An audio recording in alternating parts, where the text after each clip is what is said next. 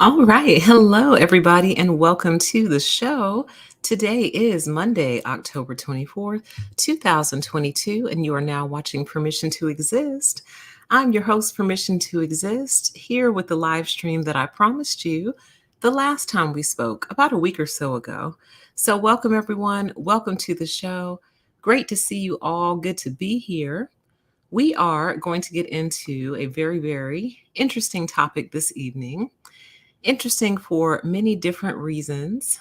And I think you all will come to appreciate why I felt the need to actually do this show and why we are here this evening. So, welcome.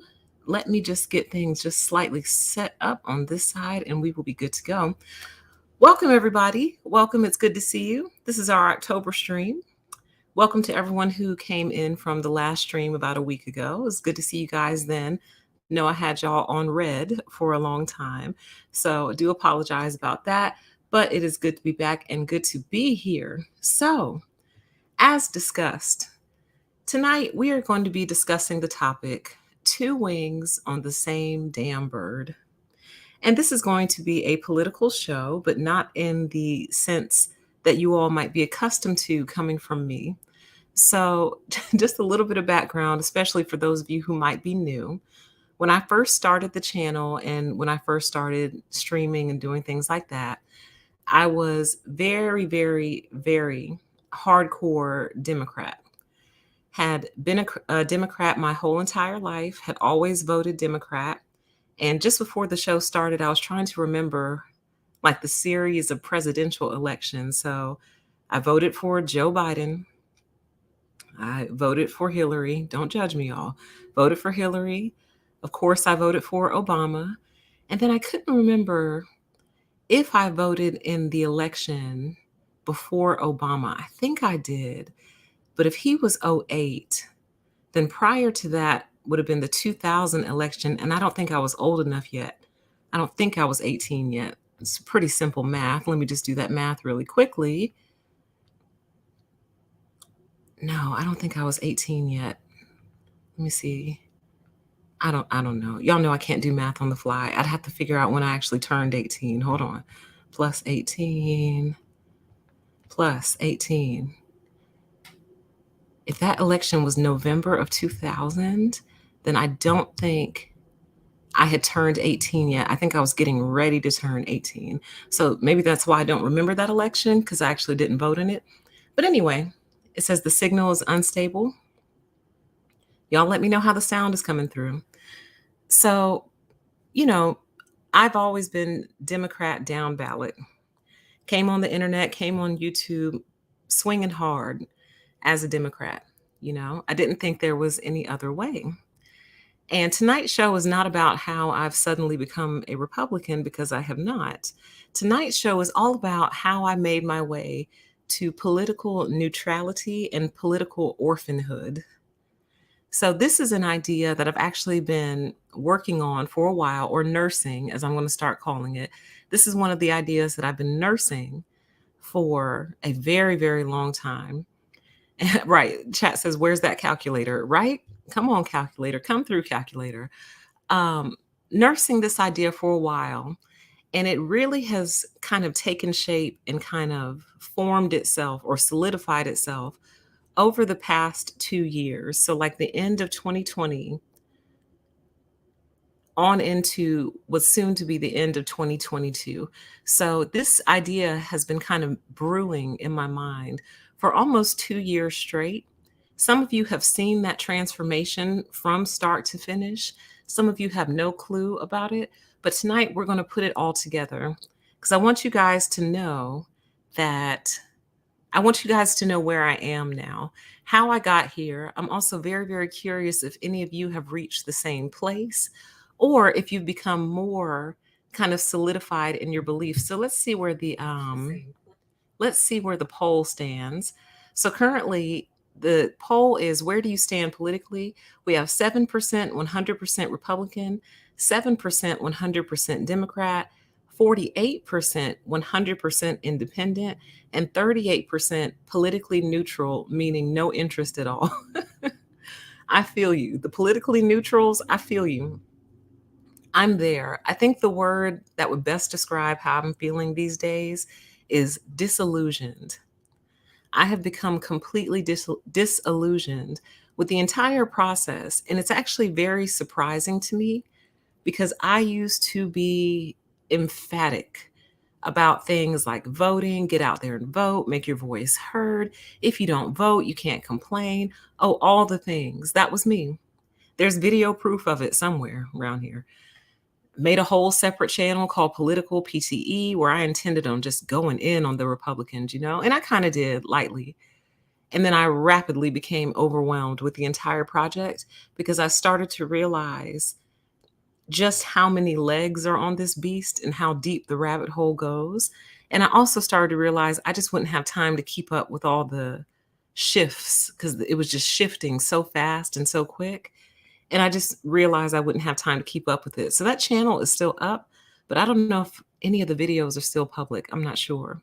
So I say all that to say politics was something I was incredibly interested in, deeply passionate about, very, very staunch about voting, never missed a voting day, be that state, local, or presidential elections, never missed it, never missed a day, strongly believed in the vote. Still kind of do, but I believe for you guys, just not me. I still have faith for you, just not myself. So I want to talk to you about how I got there. And the other main point of this particular live stream is I want to kind of pull out some of the similarities that I've discovered between the two political parties to kind of strengthen my overall thesis that these are two wings on the same damn bird. And we'll get into that as I kind of wrap towards the conclusion. But I think there's a reason for that. And we'll get into that as well as I kind of get through all my points that I kind of want to get through. So welcome to everyone in the chat. Good to see you. Great to have you here. The reason we're doing this show now is because, as you all know, the midterm elections are coming up. And I find myself back in a place that I was in kind of like mid 2020. I did a show called House Divided. Voting is going to be hard this year. And then I put in big capital letters, pessimistic. And I didn't go re-listen to that stream, but what I recall is talking about how I really didn't want to vote, you guys. I really didn't want to vote in the election for Biden versus Trump. Because to me, at the time, and even still sometimes, I'm like, oh, come on, you guys, seriously? These are our options. These are our choices, really? And I kind of felt that way also when Hillary ran against Trump. But I kind of also felt like, and I admit that this is a foolish thought process, but I was also like, man, our first female president. We could actually see the first female president in US history. So I was very, very motivated by that. Obviously, I didn't like Trump. So, I think I didn't do the thorough enough research that I should have done and shouldn't have been motivated by the fact that this could be our first female president. That's not a good enough reason to vote for somebody. um, but it was. I'm just being honest. That's kind of where my mind was. Our first female president in history, let's do it. Let's make this thing happen. Yeah, chat says it's all by design, right? So, interesting. The chat says, hi, everyone. Hi, PTE. Hello. Says, I agree. I grew up in a communist country. So when I was able to vote, I respected the opportunity as holy. I have since come back to the ground with the idea, right? It feels like a very holy thing to do, especially when you consider the historical aspects of voting, being allowed to vote, being given the right to vote, all of that. It feels wrong not to. So I had my doubts a couple years ago, but I went ahead and did it, went ahead and voted. Obviously, Hillary lost, Trump won. Was feeling iffy again. And that's when I did that live stream when it came down to Biden versus Trump. Because I was just like, really, guys? Like, no, there's nobody else? Nobody? There's nobody else to pick from. These are the two that we're putting up to choose from. You can't be serious. But at the time, I was like, well, I can't vote for Trump. So I guess Biden, let's do it. So reluctantly, I went ahead and voted for Biden. So, what changed then? What changed for me? What happened over the past couple of years to really kind of bring me to this particular point? And what really changed, I feel, well, let me back up a little bit. It wasn't a sudden change. So let me refresh your memory briefly. Some of you might remember these thumbnails. I did a show back in, let's see, where is it? I took the note. Back in June of 2020. So a lot happened in 2020 for me. 2020 was a very shifting year for me in terms of my beliefs and kind of my paradigms and all that. And I did a show called Off the Deep End, Defund the Police. So this was around the time where, I believe all the protests and all the marches were happening at this time, and everyone was chanting, defund the police, defund the police. I did a live stream and basically came on and was like, hold on now, wait a second, wait a minute, let's not get too excited. Calm down. Let's talk through this because I had a very profound awareness that criminals do exist of all races, colors, and creeds. Narcissists do exist of all races, colors, and creeds. Sometimes those criminal narcs get violent. Sometimes they need to be apprehended. And who's going to do the apprehending? I'm not. I'm not tackling anybody. So who's going to round them up when they get out of control? I'm like, hold on a second now. And then when you kind of weigh in like the violence against women and children, violence period in our country, but specifically the violence against women and children, I'm like, hold on, defund the police. Hold on now, slow down, chill out. Then I did a show called A Lawless Land is a Narcissist Dreamscape that was also in June of 2020, where we basically discussed how narcissists would love nothing more than for you to defund the police and get rid of essentially accountability. They would love nothing more than for all the laws to disappear so they can run rampant and run free and run wild. Okay. Then the green background with the White House split in the middle, that was in May of 2020. So that one came before Defund the Police and Dreamscape. And then the other one where I was starting to kind of scratch my head and kind of wake up a little bit was when I did one called Off the Deep End, Being Polite is White. And I cannot remember, I want to say it was the Smithsonian maybe, or somebody did a study or they put out a publication that basically said the expectation of politeness and things of that nature is a white characteristic, and that essentially Black people and people of color shouldn't be held to the white standard of politeness. And for me, I was like, okay, pause, something is going wrong here, something is sliding off the deep end, something is going very, very wrong here, because that's not how I was raised. I was raised to be polite. Yes, ma'am. No, ma'am. Yes, sir. No, sir. Excuse me. If you walk into someone's home, you speak. You different little things. How to be respectful in society is how I was raised. So to say that how I was raised is white, the opposite of that is being rude is Black. Is that what you're trying to say? So being rude, being impolite, those are features of the Black community, and being polite is white. I really took a lot of umbrage with that. I didn't like that because I felt like you're trying to you're trying so hard to go against white people. You're making us look really, really bad. Like, no, we're not polite. We're rude because we're Black and that's what we do. Really? That's not how I was raised. And it's not how a lot of Black people that I know were raised. We were raised to be polite and respectful, in particular to our elders and people who are older than us.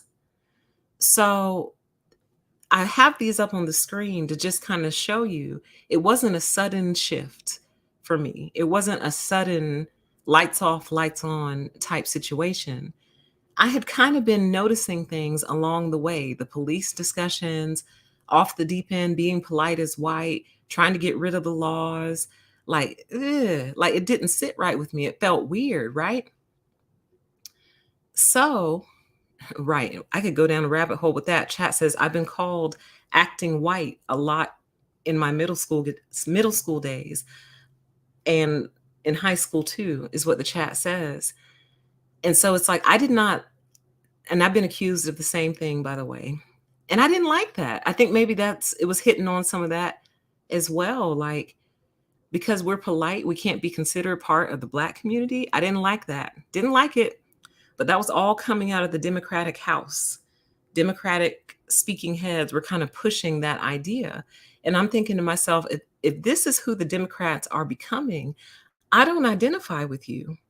But the issue is, I also don't identify with the Republicans for many different reasons that I'd gotten into. Like, I went hard on the Republicans. I lost a ton of subscribers at the time because I was going so hard on the Republicans. So I've already kind of made, my grievances known with them. But I was surprised to start seeing things emerge from my own party that I didn't like also. So it's kind of been a slow build up to this point. But what ultimately happened, I can't really say or speak freely, but I'll put it to you like this. When the global health situation took place, and it was the Democrats primarily who were pushing mandatory medical procedures, mandatory, or you lose your job, mandatory, or you can't travel, mandatory, or you can't do whatever, come in the country, go out the country, mandatory, or you can't attend school. That's when it all clicked for me. That's when it clicked. That's when I feel like the wool fell off of my eyes. And all I've been seeing ever since is more and more confirmation for why I don't identify with the Democratic Party anymore. Still don't identify with the Republicans, but I did share that one issue with them, which is you're not going to force anything medical on my body that I don't want, and especially not under duress or coercion. And it's stunning, and I'm getting ahead of myself a little bit. I was stunned that the Republicans could understand the concept from that angle, but couldn't understand the concept from a reproductive angle. So we'll get there, we'll get in there. But I say all that to say that's how essentially I arrived at this point. It was the last 2 years and everything, not just the medical procedures, everything that has come to be associated with the Democratic Party, different things that they're pushing, different philosophies that they're pushing under threat, basically. So if you don't think this way, if you don't say this word, this specific word, then you need to be completely, basically canceled, basically. Ugh, I can't even say that because we're under such heavy censorship these days. But I'll say this. I've never felt the need to defend my own biology more than I have in the last 2 years. I'll say it like that because we really can't speak freely on the issue. That's another feature and function of democratic control, heavy censorship, heavy censorship. If you don't follow lockstep with the current narrative or the current zeitgeist, you have to fall in line. And if you don't, heavy censorship as a result. Most of these tech companies are democratic leaning tech companies. That should tell you everything you need to know. Look at everything everyone's been going through these past couple of years in regard to things like censorship, right? So that's when I really woke up, you guys. And I've really been actually in deep thought about this for like the past 2 years. I really have. So, what I would like to share with you this evening are a few similarities that I've noticed between the two and Then I'll round that out with like a summary, kind of some conclusions, and we'll move on. Hopefully, by the end, if I haven't adequately pissed off both parties, then I've done a bad job. If I've made the Republicans feel, you know, secure and self-righteous, and yeah, see, told you about those Democrats, then I haven't done a good job. If I make the Democrats feel secure and self-righteous and like, see, told you about those Republicans, then I haven't done a good job. The only way I'll know I've done a good job is if I pissed off both parties, probably lose a few subs, but the ones who remain are the ones who get it, in my opinion, or the ones who reached this point long time ago, way before I did. Or the people who just have very flexible minds and can consider ideas without throwing away the whole person. But whatever the case, I'm going to be honest with you and I'm going to share with you my findings. And I'm very interested to hear yours as well. Okay. So here are the similarities that I've discovered between the two parties. Number one, first and foremost, they both want to remove bodily autonomy. And this by far is the thing that woke me up. So, as it relates to Republicans, we already know how they feel about things like abortions. Some of them feel a certain way about birth control. Some of them would like to take away birth control as well. Not all of them. That's not universal across the party, but there are certain sectors of the party that would absolutely love to take away your right to birth control. Why they want to see people having all these babies, I don't know. I can't wrap my mind around it. I think it's weird. I think it's beyond weird. But I think, the fact that some politicians, some Republican politicians, would indeed force you to have the baby of a person who forced themselves upon you for the sake of the algorithm, trying to be delicate here. But, God forbid someone forced themselves upon you, you get pregnant. They would see to it that you have that baby. They want you to have that baby. I just take so much umbrage with that. I have a lot of issues with that. I have a lot of issues with the idea that you can't just let this be between people and God. You claim to believe in God. You say you believe in God. Then let God handle it. If God truly frowns upon abortion the way that they think that God does, let God deal with them. You don't have an abortion. You give birth to all your babies, and that's how you stay on God's good side, right? But why do you feel the need to try to manage and control everyone else's life? Let God deal with them. If that is a mortal sin according to God, God will handle them. But you stay out of it. It's kind of how I feel about it, but that's not how they feel about it. They'll stand outside of abortion clinics protesting with megaphones and signs and everything else. The obsession with it is very weird to me, okay? So that's how they would choose to remove your bodily autonomy. But to my great shock and dismay, the Democrats would choose to remove your bodily autonomy as well. How? In the form of medical procedures that you don't want and may have even outright refused. And their response to that is, okay, if you don't want to get this medical procedure, you're going to lose your job. And a lot of people did. A lot of people lost their jobs behind this foolishness last year and the year before. Dang, I was about to go down a rabbit hole. Let me see if I can phrase it. Only to discover new things about the medical product that they were trying to force on everyone. And that's all I'll say. Only to discover new findings. Later, 2 years later, findings are being found and they're not positive. But of course, they're going to double down on their decision and never admit to being wrong. Dang, I forgot to add that on the list. I'll just say that one. It's not on my list, but I'll just say it verbally. Neither party can admit when they were wrong. Neither one. And I feel like that is one of the greatest signs of maturity, being able to admit when you were wrong about something. But like a typical narc, both parties, when they're wrong, tend to double down. But I was kind of speaking on the Democrats and the medical procedures they wanted to mandate across the country and did in some places. Now that new findings are coming out, they're still doubling down. I think I've only seen one person start to change their tune a little bit. I think it was Pierce Morgan, maybe, has started to change his tune a little bit and started to ask a few more questions. But other than that, it's double down all day. And I don't like that because that tells me even when you're going the wrong direction, you'll just keep going the wrong direction out of pride and spite. And I really don't get down like that. I really don't. So, again, the first category that I gave you was they both seek to remove bodily autonomy.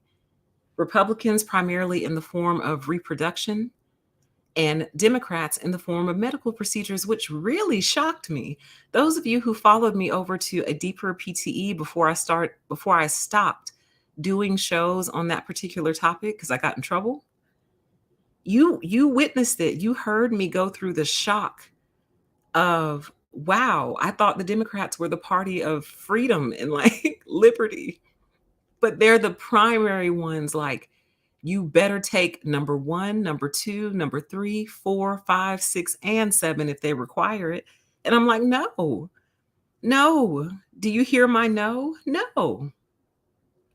Like, and I've even had conversations with people regarding that particular topic where I've asked them, I'm like, is there a number that you're willing to stop at? Like, if they make it up to number seven, are you going to take seven medical procedures? And they, you know what their response to me was? Whatever it takes. Whatever it takes was their response. And I just couldn't be more surprised by it. So that really shook me awake and woke me awake. And my eyes have been wide open ever since. But it's the audacity for me. It's the audacity that either one would think or believe that they are the final authority over my body and what goes in it. You know, either one. And neither one is going to be there if something goes wrong. So if I'm forced to have a baby, then I need help, or my baby needs help, or I need support. The Republicans will turn their nose up at me and say, well, you should have thought about that before you laid on your back and got pregnant. That's pretty much their attitude towards it. The Democrats, if I undergo this medical procedure against my will, then have some sort of negative consequence, they're going to look at you and go, well, nobody made you do it. I mean, you didn't have to undergo that procedure. And I'm like, yeah, I did. I needed to keep my job. Oh, well, you could have just found another job. Like, y'all, don't get me started. Okay. So that's the first category. They both seek, they both seek, it's present tense, to remove bodily autonomy. The next category, and then of course I mentioned neither one can ever admit when they're wrong. Neither one. They double down and sometimes triple down, which I find to be such a turnoff. Truly. Like, just admit it, you were wrong, you know? Next category. I find them both to be incredibly stubborn, which I think kind of goes to that never can admit that you're wrong, that prideful stubbornness.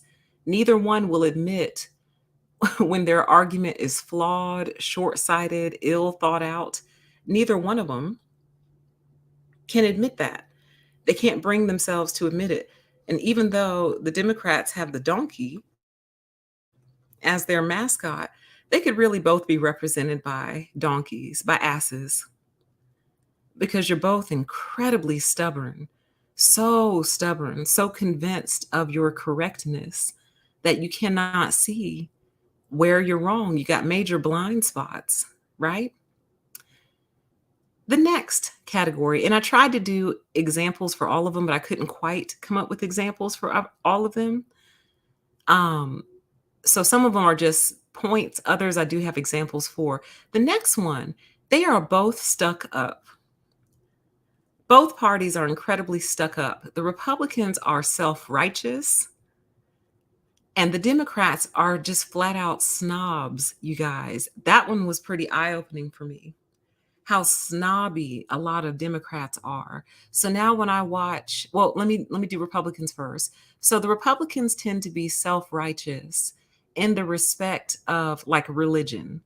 So something you might hear a Republican say was, well, I don't see what the problem is. I met and married my wife when we were 21 years old. We started off in a little apartment and then we went and bought ourselves a house and got ourselves some property. Then we had our son, then we had our daughter. Then we waited a few years, we had one more daughter. And I don't get what the problem is. We go to church, we worship Jesus, we work hard. And, why can't you just do the same thing?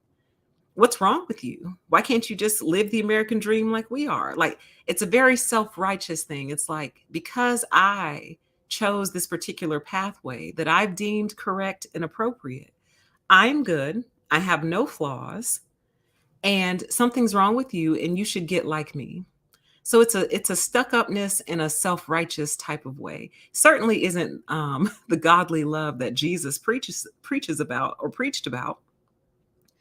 It's a judgmental type of it's a very judgmental position. Like, if you're struggling in life, it's your fault, period. It's kind of how they feel about it. Don't get I feel oh man, I keep wanting to jump in these rabbit holes, but I'm not going to. I'm going to stay focused tonight. If you're struggling in life, it's your fault, deal with it. That's the Republican attitude. Not very Christ-like at all. But conversely, the Democrats are snobs, you guys. They're snobs. So, like, how can I describe it? It's so hard to describe. And I tried so hard to come up with an example. So the best example I can come up with for Democratic snobbiness is if you watch any media, be that on YouTube. I really don't know what's on TV these days, but I'm sure it's on TV as well, probably coming off of CNN and channels like that. When they speak about things, and I may even have been guilty of this in the past, just doing some hardcore self-reflection, but there's a certain what's the word? Snarkiness and like condescension in the delivery. That isn't you aren't really saying anything. You didn't read anybody, but the way they deliver it, it's so snobby. So here's an example. There's the person I think that embodies this the most is a channel on YouTube. Some of you might actually watch it. I think the name of her channel is the Illuminati, but she spells it like ILLMI something NAUGHTI, and she represents herself with like this cartoon character with a triangle head and one eye on the pyramid. Like, don't even get me started on all that. But some of you might be familiar with her content, and her delivery is so snooty. And I do believe she identifies as a Democrat, but it's like they speak to you like, God, I wish I could do an example. Let me think if I can do like um, an impersonation. It'll be like, she'll be like, yeah, and you don't want to go undergo this medical procedure and you just might kill grandma. And I'm like, oh my God. I was like, did I use the sound like that? Oh my God. How embarrassing. How embarrassing. It's like, yeah, and you might go kill grandma. It's like I can't explain it, you guys. I really, ooh, chat says a savior complex on the left, loveless on the right. Very interesting. Yeah, it's very matter of fact. And it's kind of like, if you don't know this, then like, what's wrong with you? Like, are you stupid? Like, like, are you like from the back country? Like, get off your cousin, like, stop humping your cousin and come back to reality. That's the kind of delivery. I can't explain it, but once you see it, you cannot unsee it. Once you hear it, you cannot unhear it. It's like a obviously, like, I'm an educated Democrat and I know better than you. And like, maybe if you went to school and like picked up a book and like did some research, you would know the things that I know and you would be smart like I am. It's so hard to explain, but the best way I can describe it is that they're both incredibly stuck up. One is very self-righteous, the other are just flat out snobs. and it's made worse by like the school they attend. So the more education a Democrat gets, typically the more snobby they become. And I didn't expect that though. You have to understand that I didn't expect that. I thought this was the party of the people. You understand? I thought this is the party that accepts all people, welcomes all people in. But this is kind of off script, but something I did notice that the Republicans had been saying a long time about the Democrats is they would say the Democrats are more racist than we are. And I'm like, well, first of all, you just admitted to being racist. That's number one. But number two, what do you mean? Like this is the party of the people. This is the party, that we all the black people come to the Democratic Party because that's where we're welcome and wanted, right? But just like the chat just said, one side has a savior complex, which would be the left, and the right is just flat out loveless. It's gone. And it took me a while to see it, but then I started to see it, you guys, especially in school.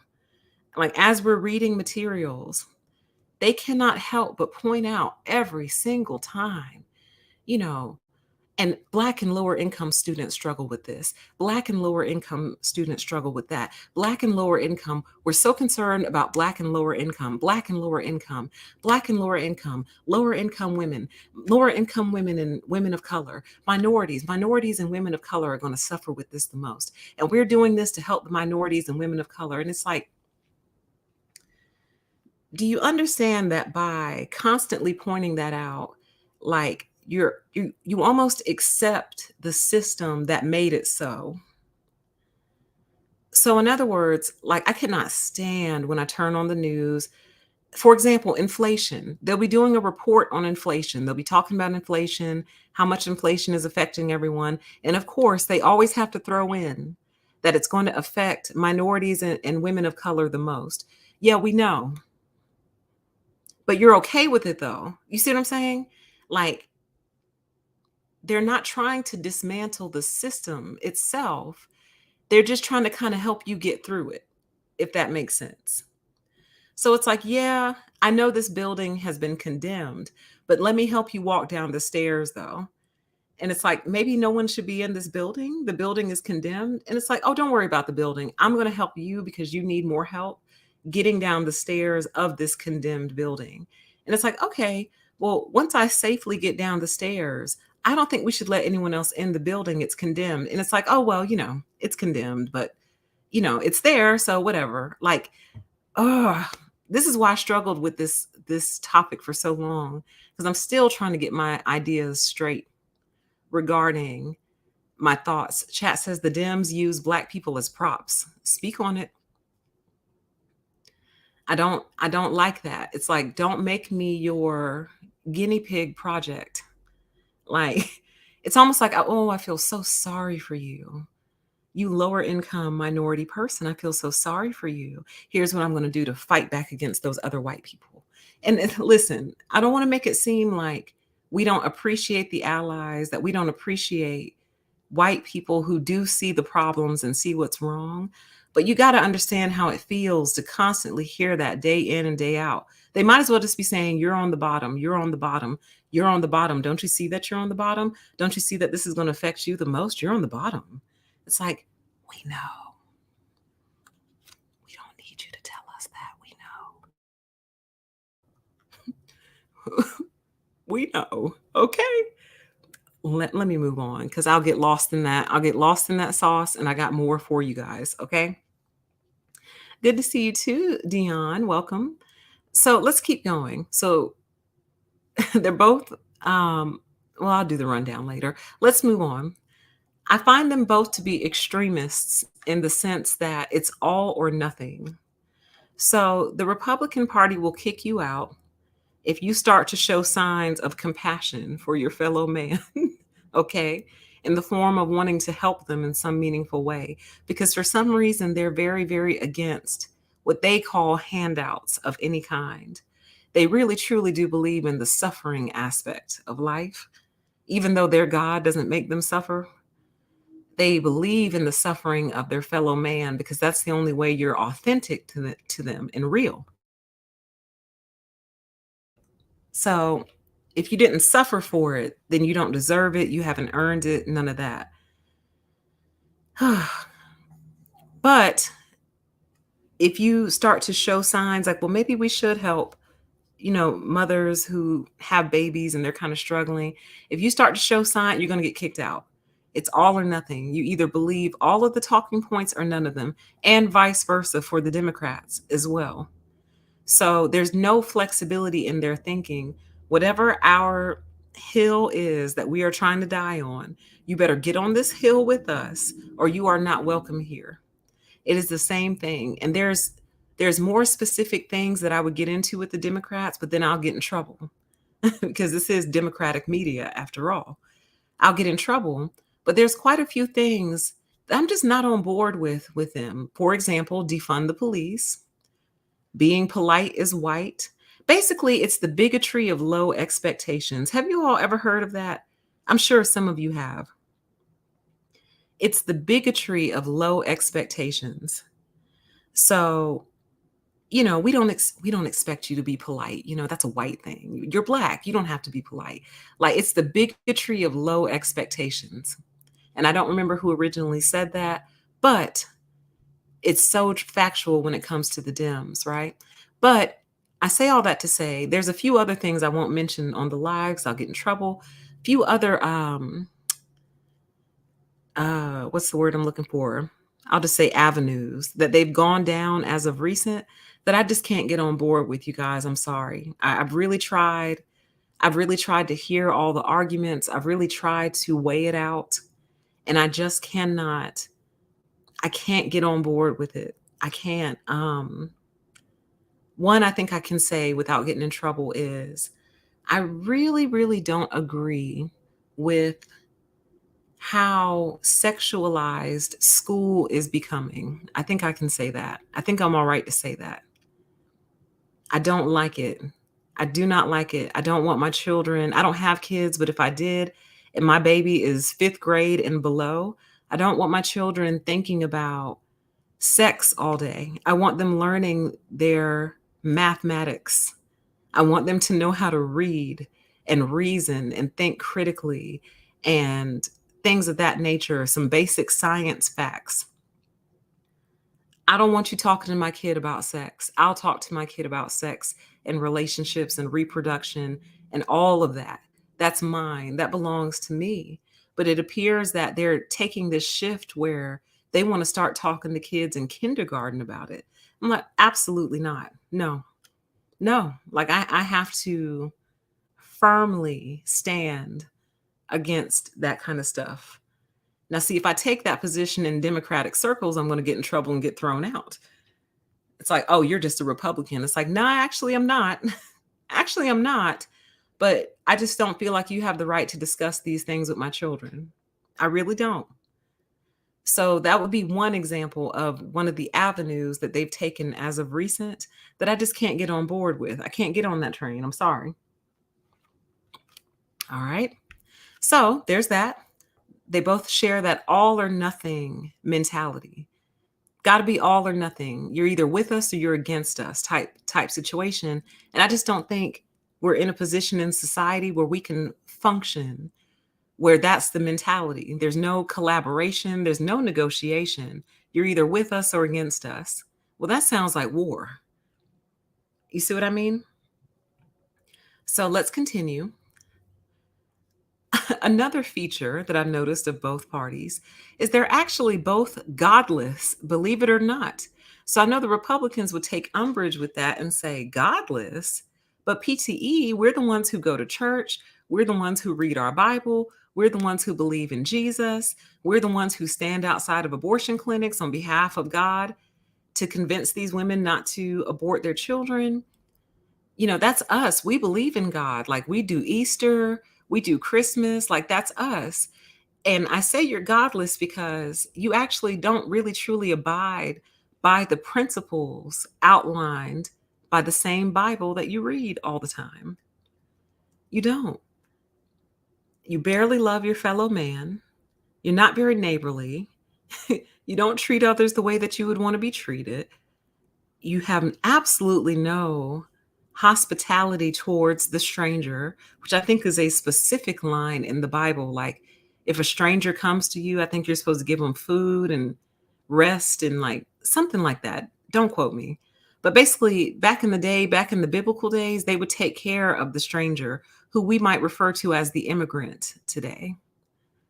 You know, they're against all of that. You know what I mean? Like what's mine is mine and it's ours and we're not sharing with you. When God tells you to share all the time in the Bible. So you're actually godless, you just don't realize it. And then of course you have the Democrats that do have some God in there in terms of like a lot of Democrats, especially black Democrats, go to church. I mean, we have a reverend as one of the senators of Georgia. So some Democrats will go to church and things like that. But other than that, a lot of Democrats consider themselves to be atheists, which is fine, but it's still a form of godlessness. Because, like I've said before, if you don't believe in something higher than you, then you think you are the highest thing that there is and you abide by your own rules. So, and look how that's playing out, you guys. Look how the godlessness is playing out from the Republican side and the Democratic side.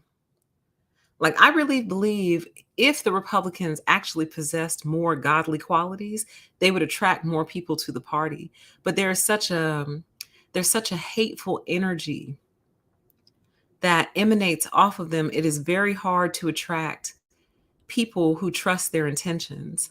Not that the Democrats haven't become hateful, is all hell.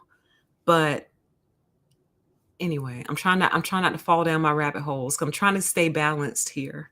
Again, the Republicans should walk away mad with me and the Democrats should walk away mad with me. Okay? So I'm trying to stay balanced. But you're both godless, truly. Neither one of you get it in terms of principles on how to treat like people, you know? Anyway, moving on. Now, this one is pretty major, I think. They both are in deep denial, both of them. And they're in denial about many different things and many different issues. But I find that, and here's an example. I'll give you the example that I chose. Let's talk about, okay, the Republicans deny the racist roots that have contributed to the present state of affairs. So when you listen to them talk on their various platforms, so many of them basically say, racism is dead. It's not an issue anymore. I don't see color. I see people. So why do the Democrats keep crying about race and racism and all this and that? Blah, blah, blah, blah, blah. Well, because there's a such thing as cause and effect. So there's a cause that led to an effect. So a perfect example of that would be redlining that took place in America not that long ago, you guys. I think redlining was going on up until what, the 50s, if not longer, the 1950s, that is. Redlining basically being the practice of actively denying homes and home ownership to Black people and people of color. I believe some HOAs actually had it written into their bylines. This is a white only community. You can only buy and sell houses to white people. This was happening in America. It was legal for a period of time before it became illegal. But what had happened by then? By the time it became illegal, a lot of white property owners had snatched up all the houses that kind of shuffled all the Black people into certain neighborhoods, some of which became ghettos. So don't turn around and complain about the ghetto that your racist policies of the past created. And it was never made right. We cannot get away from that. So, as much as they want to stop talking about race and the impact of racism, we can't because of cause and effect. Something took place, something happened that was the catalyst to the present state of affairs. So, they are in denial about that and the impact that it has had. However, I find that the Democrats engage in active denial as well. For example, the Democrats deny their present actions that contribute to the present state of affairs. So they're both in denial. The Republicans are in denial about the past, the Democrats are in denial about the present. For example, and anyone who kind of spends time in certain sectors of YouTube have seen this happening.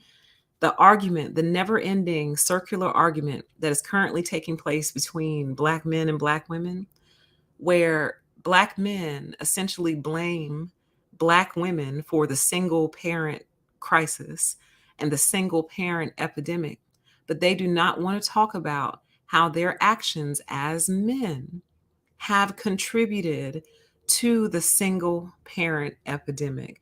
They want to put it all on us. And yes, women do have some responsibility there. And a lot of content creators are trying to wake the women up to say, please stop letting these men do this to you.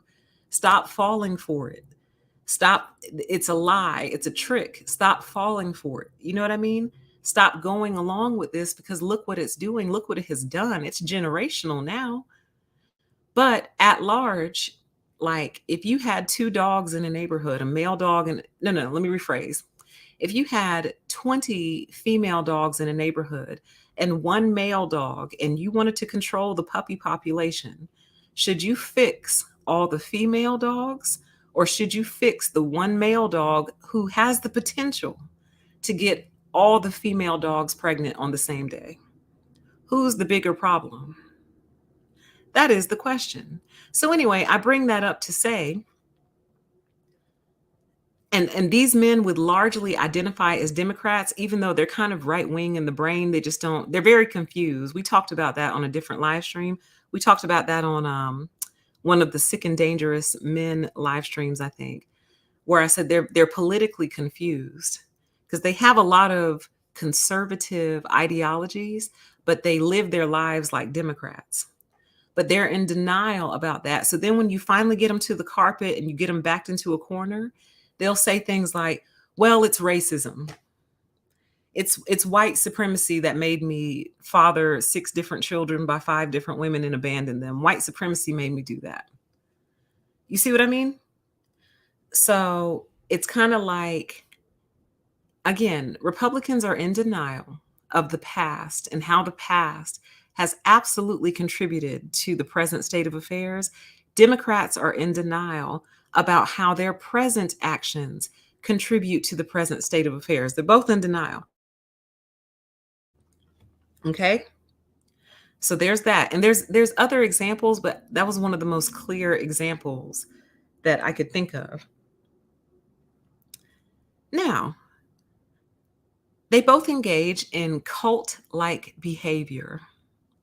And we've talked about cults extensively, in particular in the show Corporate Cults or the series Corporate Cults that I did. But they both engage in cult-like behavior. This is all cult-like behavior, to be honest. But specifically, you are in neither party are you allowed to ask questions. You're not allowed to question authority, or you risk being thrown out and ostracized by the group. That is cult-like behavior. And both sets are prone to hive mind behavior, meaning we're going to go with the hive. Whatever the hive is thinking and doing, we're going to move with the hive with no deviation. So they both engage in cult-like behavior. Again, you're either with us or you're against us.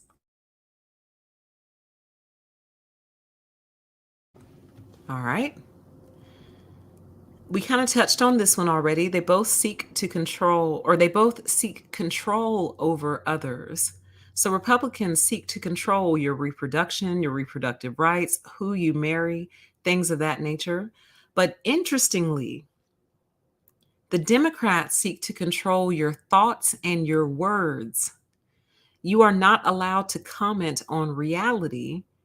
You're only allowed to comment on the new reality that they've recently defined.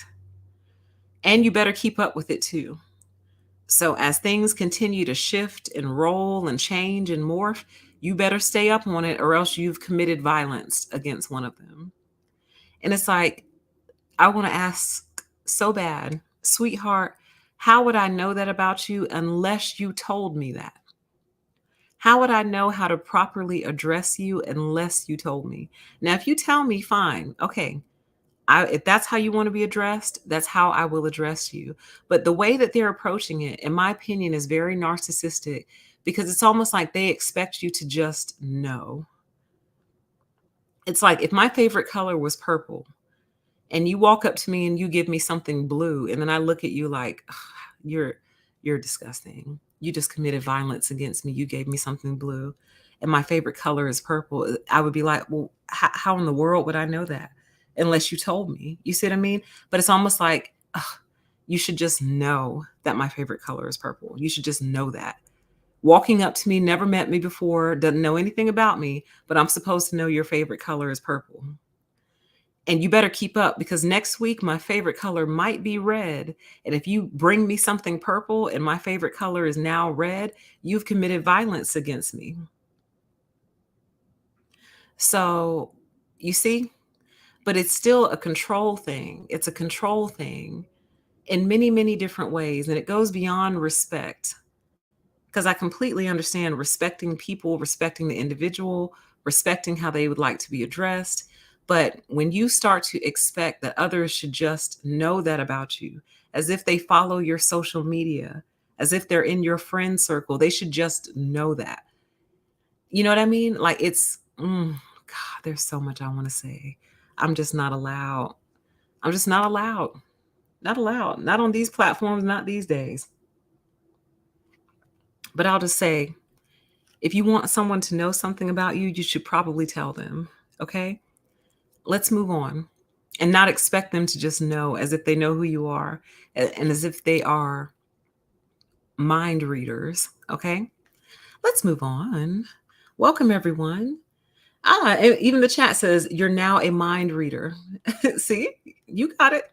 You absolutely got it. All right. So let's move on. I find that both parties protect criminals.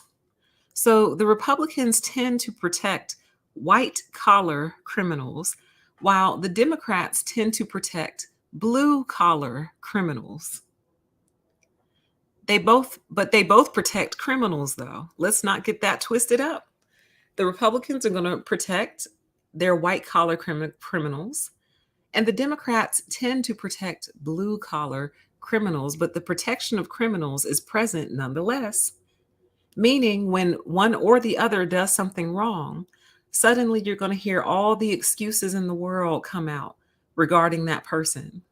If it's a white collar criminal, you'll hear a bunch of excuses come out to cover and protect that person. Democrats, if it's a blue collar criminal, you'll hear a bunch of excuses to come out to cover and protect that person.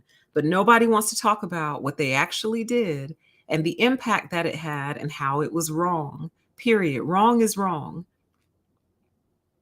So I find that they both like to protect criminals, more of that cult behavior. This one I wasn't so sure about, but I'm going to share it with you anyway. They both believe in force. So I find that Republicans seek the force of the law, while the Democrats seek the force of social pressure. Now, the Democrats sometimes seek the force of the law, made very clear by the mandates of those medical procedures we were talking about earlier. But in general, what the Democrats are seeking is the force of social pressure, while the Republicans seek the force of the law. So it's force nonetheless, though. It's force in both directions, okay? Hopefully this picture is starting to shape up for you guys. I hope y'all are starting to see where I'm going with this, where we've been. You know what I mean? I hope this is making sense. Because the more I say it out loud, the more I'm like, wow, this really is two wings on the same damn bird. Now, I kind of already touched on this, but I'll say it anyway. Both parties refuse to take accountability for their role in a problem. So I wrote for my notes, Republicans refuse to acknowledge the historical underpinnings of things, whereas Democrats refuse to acknowledge how certain cherished cultural things affect the present day. So, for example, a huge debate has been going on for decades now regarding like hip hop and rap music, right? Now, I can't really say I'm a music head, but I love music. Have loved music my whole entire life, love all genres, and that includes rap and hip hop. Love some songs that y'all would look at me like PTE. Oh my God, you like that song? I'm like, yeah, you don't hear that. You don't feel that bass. You don't feel that. Like terrible songs, vulgar, terrible, all that. Like absolutely the problem. There are songs that I like that fall into the rap hip hop genre. Always have. And I hate to say I probably always will. But even with acknowledging that, I still know that if this music was pulled from the radio waves, it would probably be for the best. It would probably be for the best. Seriously. Like some of it should truly only be available like on download or like I don't know. I what how do you put stuff behind paywalls these days? I don't know. For adults only. Like only adults should be listening to it and really adults probably shouldn't be listening to it either, but by then it's already too late. But what I'm trying to say is a lot of the music that is available widely and openly should not be available to children. It just shouldn't be.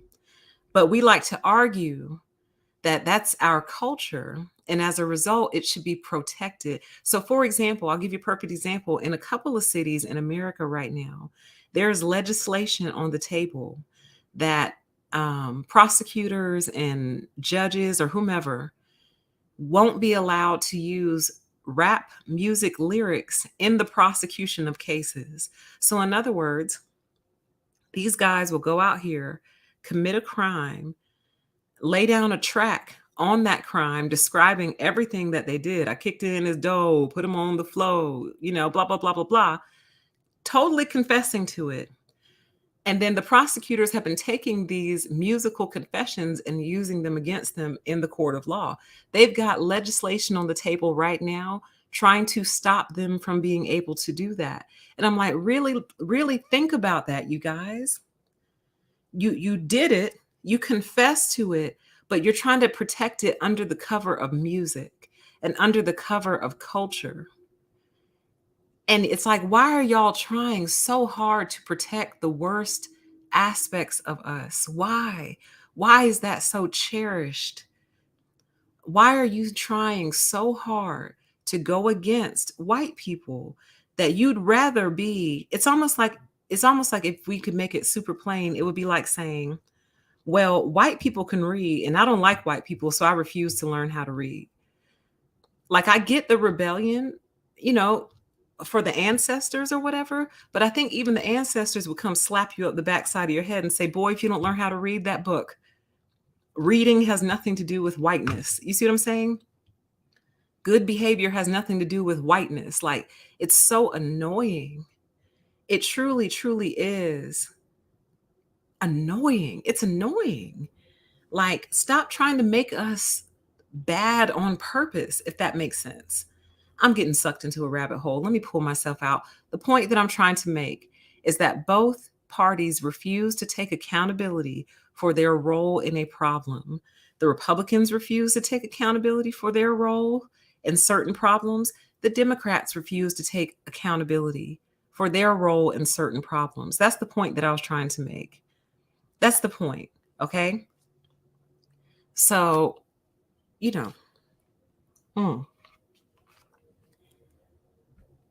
So let's move on. They both refuse nuance, which kind of goes into their general refusal to look deeply into a problem. Both parties seem to live on the extreme end of things, and they both seem to refuse to examine an issue further and concede a good point when a good point is made. So if they hear a Republican making a good point, they won't acknowledge it, and vice versa. If they hear a Democrat making a good point, they won't acknowledge it. They refuse nuance because those nuances would actually lead you to the truth, really. And typically, Not always, but typically the truth is very, very neutral. The truth just is what it is. And the truth really doesn't care about your feelings at all. But it's like, nah, I can't give them those points. And I'm not going to hear those nuances because if I heard those nuances, then I have to change my whole position on things. And I don't want to do that. And they're both guilty of that. Neither one will take a problem to its logical conclusion. So they're both guilty of that. Neither party truly believes in education. Not really. Not if we're being intellectually honest. Neither party truly believes in education, and I'll tell you why. Many Republicans either reject school outright, saying like that's uppity stuff, that's what uppity people do. They go on to college and things like that. I'm a good old boy. I don't need all that smart people stuff to get ahead. You could hear some of them say that sometimes, tends to be a little bit more of a Southern thing, but it's like, what do they call them? The yuppies. That's that yuppie stuff, right? When the Republicans are not outright rejecting school, they will go to school, but it's solely to social climb. So they're not actually there to learn anything. They're there to social climb.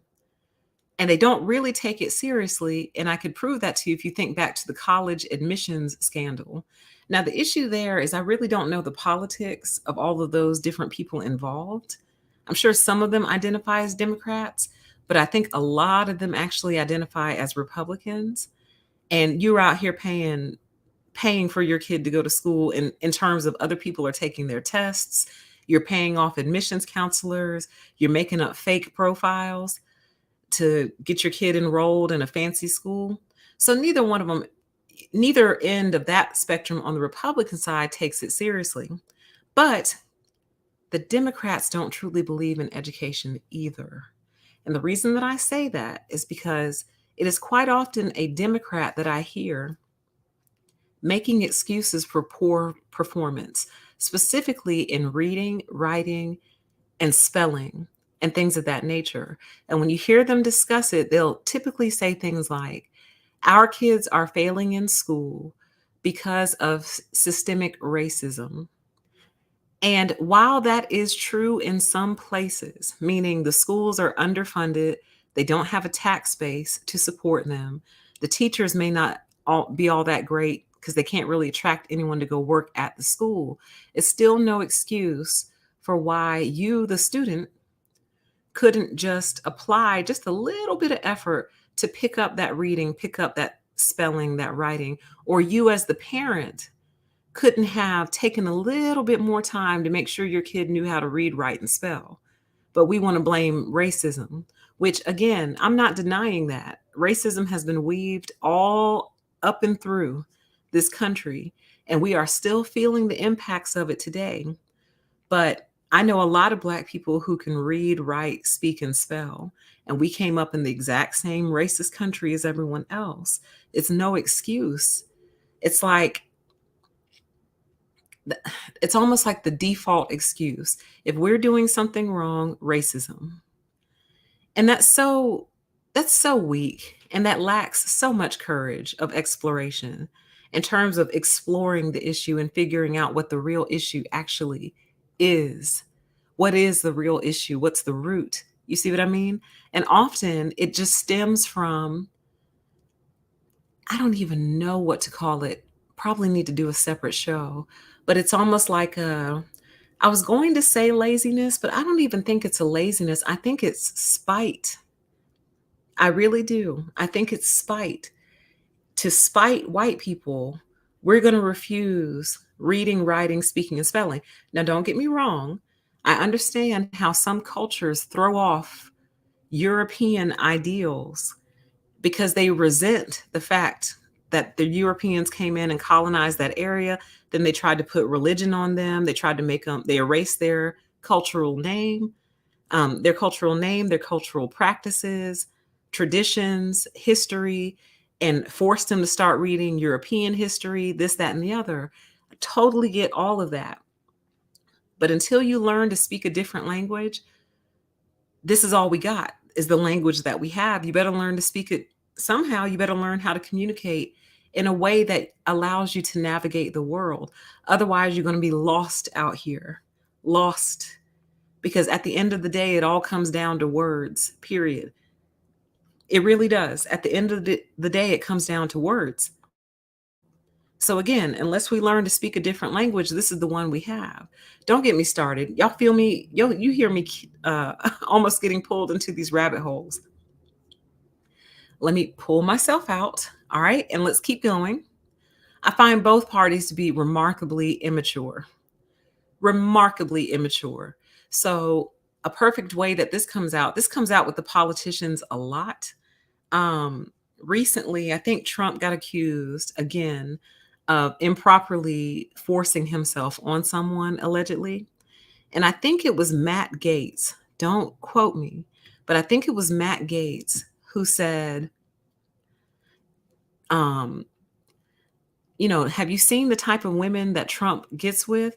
I mean, look at this lady. I think he said that she looks like a bag or like a hag or something like that. See, like that's really immature.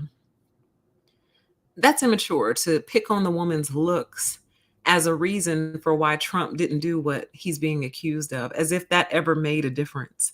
It's not about looks, it's about power and the ability to assert my power over you. It doesn't matter what you look like, it's about power. And also, like, if you are a lesser attractive person and a powerful man or woman propositions you and you tell them no, they are insulted.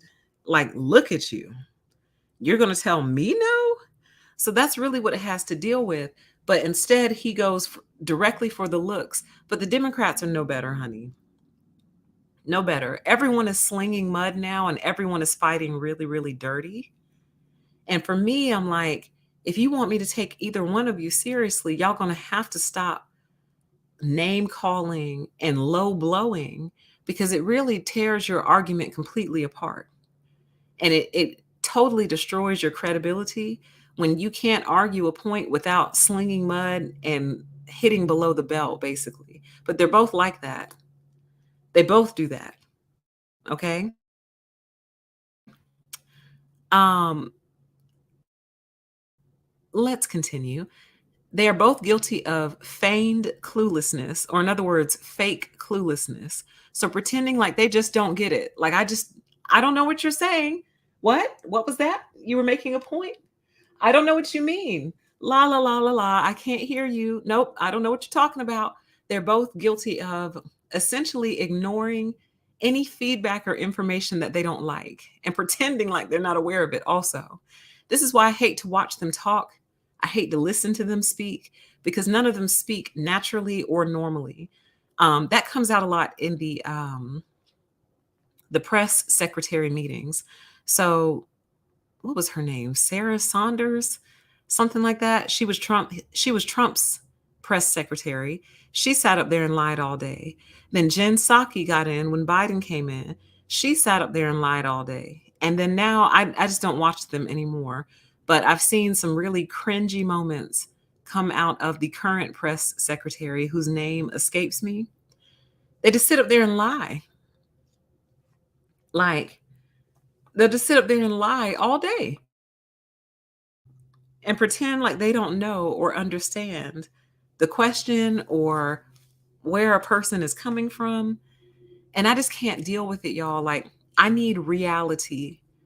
Like, I'm thirsty for reality. I'm hungry for reality. And I can't, yeah, it was Sarah Huckabee Sanders. I cannot, I cannot dwell in this artificial reality anymore. Like, it literally starts to make me nauseous a little bit because it starts to make me feel like either you're not human or I'm not human. Which one is it? For the longest, I thought I was human, you know. But the more I communicate with these people who refuse to dwell in reality, the more I'm starting to go, well, shit, maybe I am not human. Maybe they're the human beings and I'm the weirdo, you know? Maybe this is just what human beings do. They lie, they obfuscate, circle and dance around the truth, won't answer direct questions. Like, oh man, it throws me off big time, but they both do it. All right. And on that thread, they both lie. They both speak in cliches, soft language, and corporate speak, which is that language that kind of answers a question, but not really, or answers a question fluffed and surrounded by all this positivity and positive language because we don't really want to go there, you know? It's language designed to hide the truth. And they're both truly guilty of that. They really are. Let's continue. They're both 100% out of touch. Neither one of them knows what we truly need right now. And that's honestly why I feel like I just can't see myself voting um, in this upcoming midterms because, in many ways, you guys, I don't feel like an American citizen in the sense that I wasn't protected or taken care of during this medical crisis that has taken place over the past 2 years. So I really thought that all of the support, the financial support that was flowing at the time would flow my way a little bit because I'm a tax-paying American citizen born and raised. But when I found that I had to scrap and fight and struggle and plead and beg again and email again and call and drive up there and do all these different things, just trying to be recognized and seen as an American citizen who's been impacted by this thing. And it was almost like I didn't exist in a way. It was almost like you're not citizen enough to be worthy of help. Meanwhile, I keep hearing stories on the news of people who got like millions of dollars in PPP loan money, millions of dollars in EIDL money. Some of these landlords got paid directly and still kicked people out of their house that they were renting to them. They got direct payments for the government from the government and still evicted the people living in their property. And it turned me off in such a way I can't even put words to it. And I'm like, well, I guess I'm just not a citizen then, huh? I guess I don't exist to these people. So it's like if I don't exist to you, why would I participate in your system? I'm not citizen enough for you. I'm not citizen enough. They don't see me and they don't see people like me. And that cohort I consider to be young-ish. We're not super young anymore, but I don't think we're middle-aged either. I don't think you become middle-aged until you're like 50. So I'm like a late young adult. I don't know. Anyway, young-ish, childless, unmarried, you don't exist. You're not elderly. You're not super young, so you don't exist there. You're not married, which, what's wrong with you? So you don't exist there because you're not part of a marriage duo. And you don't have any kids. So you don't exist. Like, who are you? What are you?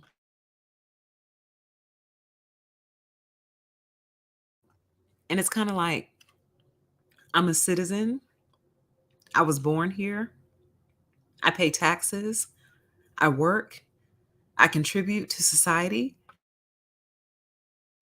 And yet, that's not good enough. You're not super old. You're not young. You're not deeply impoverished. You're not poor enough, basically. It's like, whew, we looked at that account, and while it doesn't look good, you're not poor enough. You're not rich, not married. You don't have kids. So who are you? What are you? You're nothing. And so that kind of makes me feel like because you don't see me, why should I vote for either one of you? Y'all don't even know that we exist. You don't even think that we exist. You know what I mean? We are an apparition to you. My throat is starting to give out a little bit, y'all. I'm sorry. So I keep muting, trying to clear my throat. This is what I get for not streaming on a regular basis. My voice is not used to it. So I'm going to push through and finish this up. But if I don't exist to you, then you don't exist to me. Do whatever you want.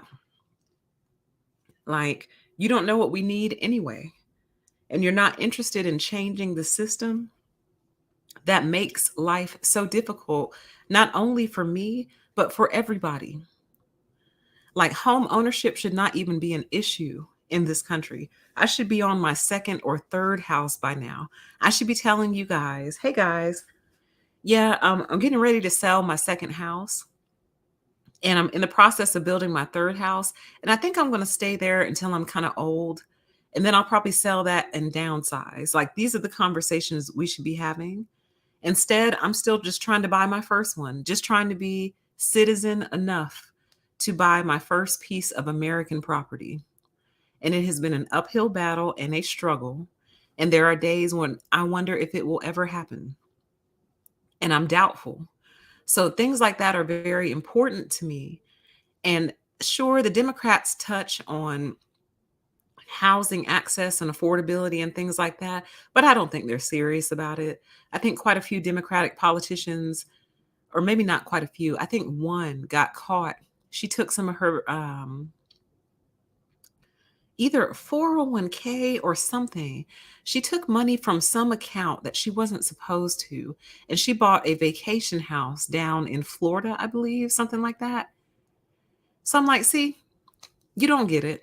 You don't get it. And you're not interested in changing the system that would enable other people to do the same thing. You know what I mean? And don't get it twisted. A lot of these Democrats have a lot of money. A lot of them are very, very, very, very, very rich. They just don't talk about it because they don't want their constituents to know that they are incredibly wealthy. They own multiple properties. They're landlords over multiple properties. They have absolutely no interest in changing the system because the system benefits them. So I say all that to say that both parties are, and we already know the Republicans are not interested in changing it and making it easier for you to move into their neighborhood. Okay. So they are both 100% out of touch with what the modern day American needs at any age, to be honest with you, but especially what the modern day young American needs. I don't think they realize how deeply they have alienated my cohort, how incredibly deeply they've alienated us, and how so much of their current policies and things contributed to things like, for example, the low birth rate.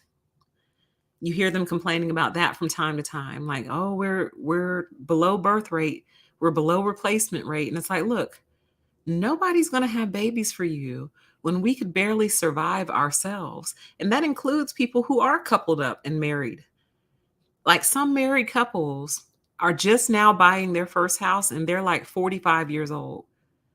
And it's not because they didn't want to. It's because the system itself is so rigid and so tight that they are just now able to buy their own home. You see, we could even take that to student loan debt. Obviously, a lot of Republicans are fighting student loan forgiveness of any kind. You see, so it's kind of like, I don't trust either one of you.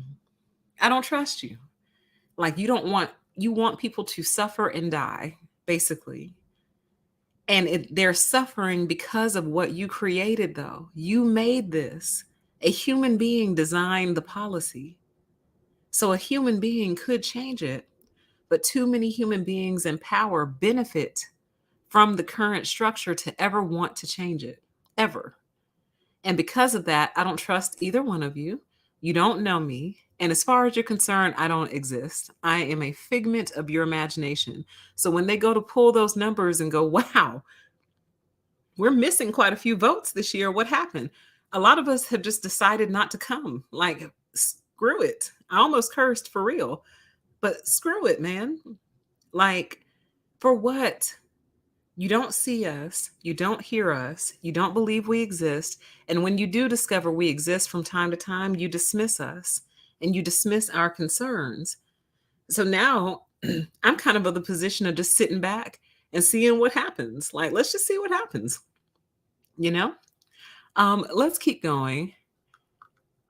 I think I've covered pretty much all of them. The last point I had on here is that neither can find the middle ground, which we kind of touched on already.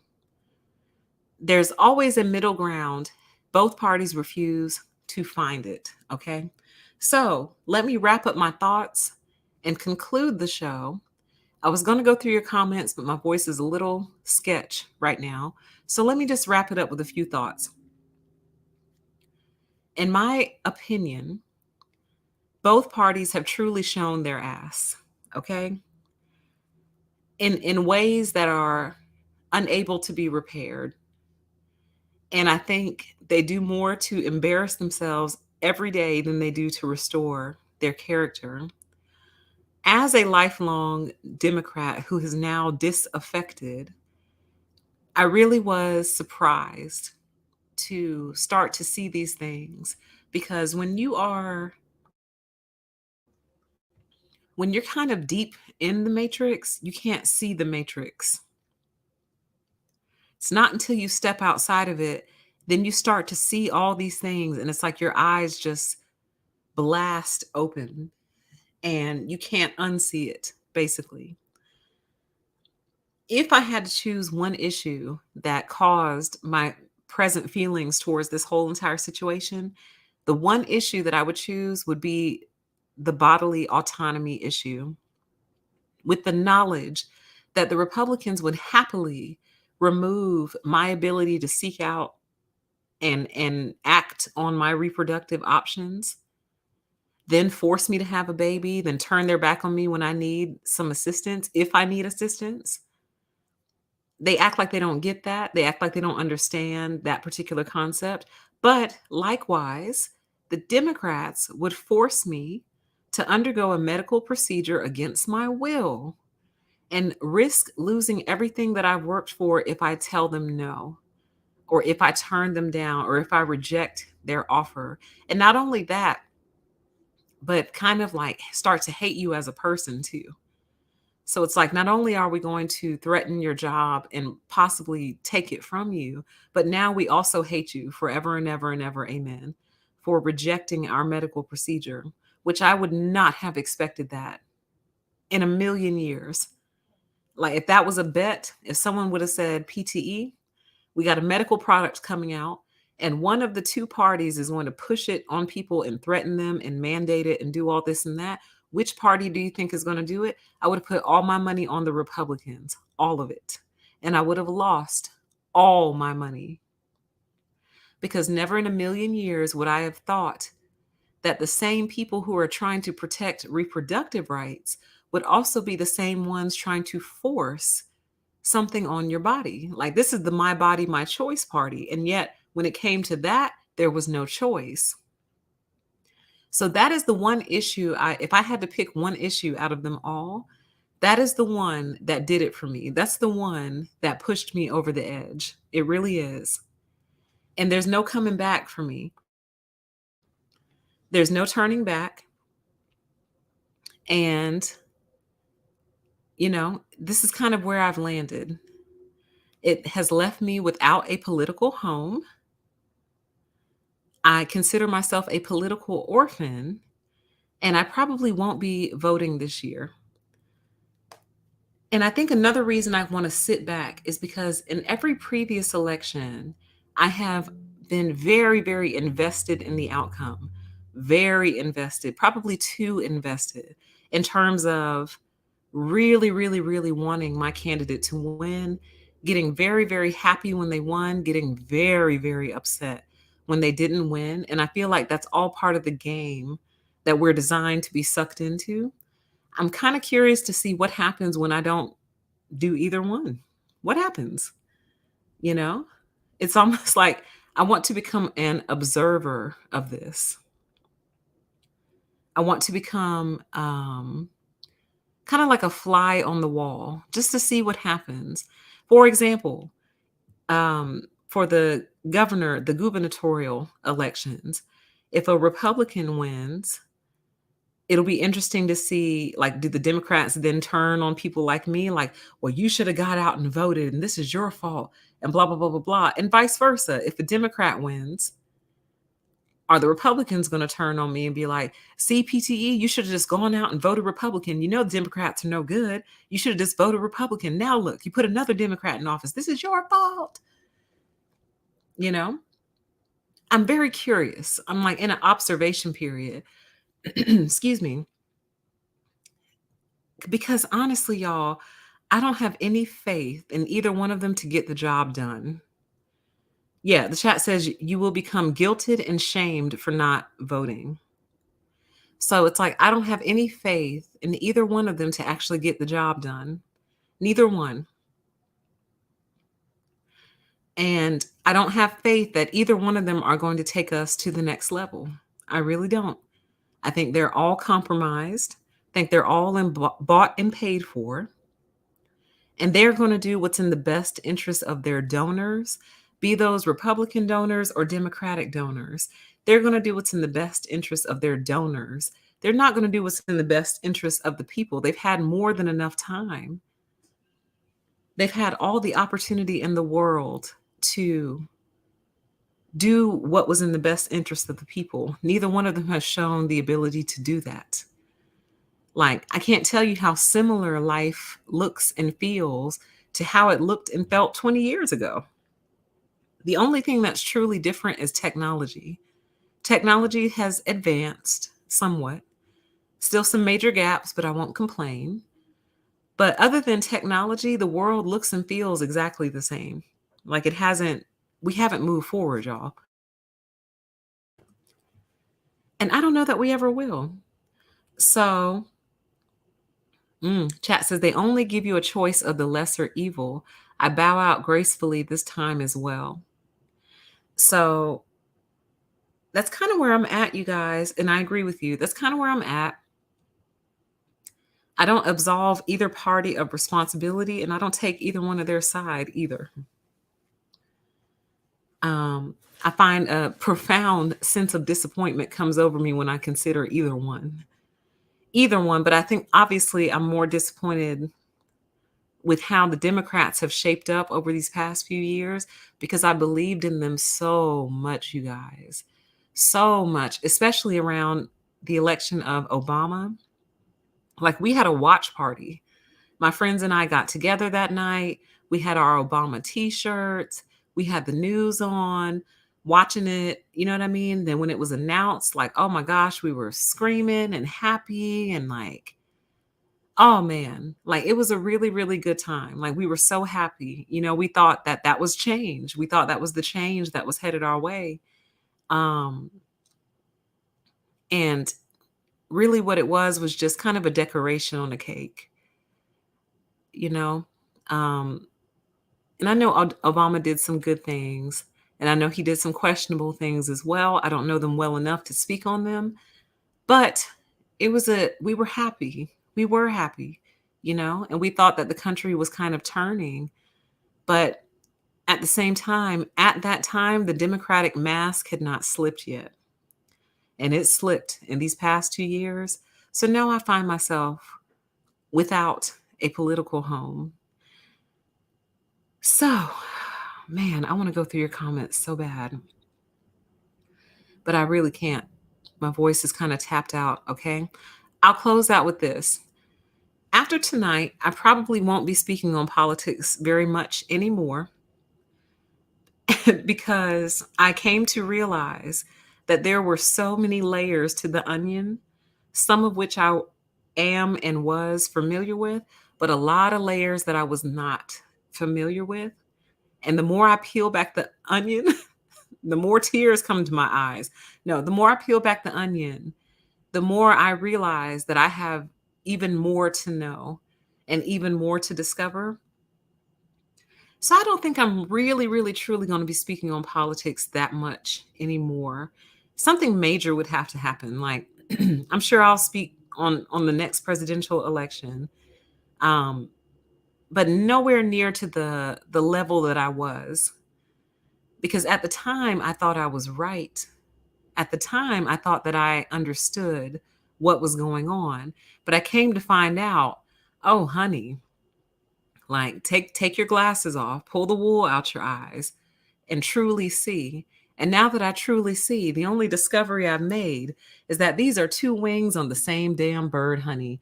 And those are my thoughts on this particular topic. I appreciate you guys so much for coming out. Shout out to Jamila, who just hit me up on Cash App. Thank you so much, Jamila. I appreciate you so much. Thank you to everyone who supports the channel in any meaningful way. I'm not going to go through your comments, but I will be reading every single comment once the live chat uploads to the stream, as I do like to watch the playback. It's one of my favorite things to do, as some of you know. So thank you all so much for being here. It's been awesome catching up. Just kind of looking out for the future. You probably won't hear from me until like mid-November. So I'm in the final crunch for school. I've got a lot of projects to finish, a lot of papers to write. And all of that is taking place over the course of the next 4 weeks or so. So you probably won't hear from me at all for the next like 30 days. However, sometimes I just have to pop my head up and get some air.